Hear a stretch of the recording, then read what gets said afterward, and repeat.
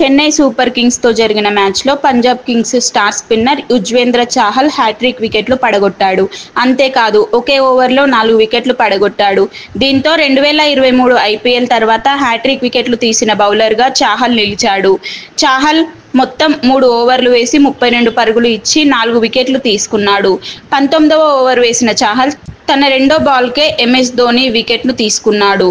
ఇక ఓవర్లోని 4, 5, 6 బంతుల్లో దీపక్ హుడా, కంబోజ్, నూర్ అహ్మద్ వికెట్లను వరుసగా పడగొట్టి హ్యాట్రిక్ సాధించాడు. హ్యాట్రిక్ తీసిన అనంతరం చాహల్ తన సెలబ్రేషన్ సిగ్మా స్టైల్ను చూపించాడు. కింద పడుకొని స్టైల్గా ఫోజు ఇచ్చాడు. ఇక ఈ వీడియో సోషల్ మీడియాలో తెగ వైరల్ అయ్యింది.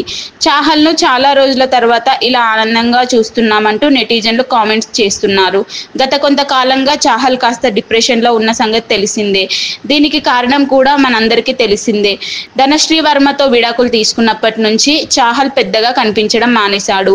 ఎప్పుడూ సోషల్ మీడియాలో యాక్టివ్గా ఉండే చాహల్ కొంతకాలం పూర్తిగా అజ్ఞాతంలోకి వెళ్ళిపోయాడు. అయితే దుబాయ్లో జరిగిన ఛాంపియన్స్ ట్రోఫీ టోర్నీలో చాహల్ సడన్గా తలుక్కుమన్నాడు. ఈసారి మనోడు సోలోగా కాదు, పక్కాగా ఒక అమ్మాయితో కనిపించాడు.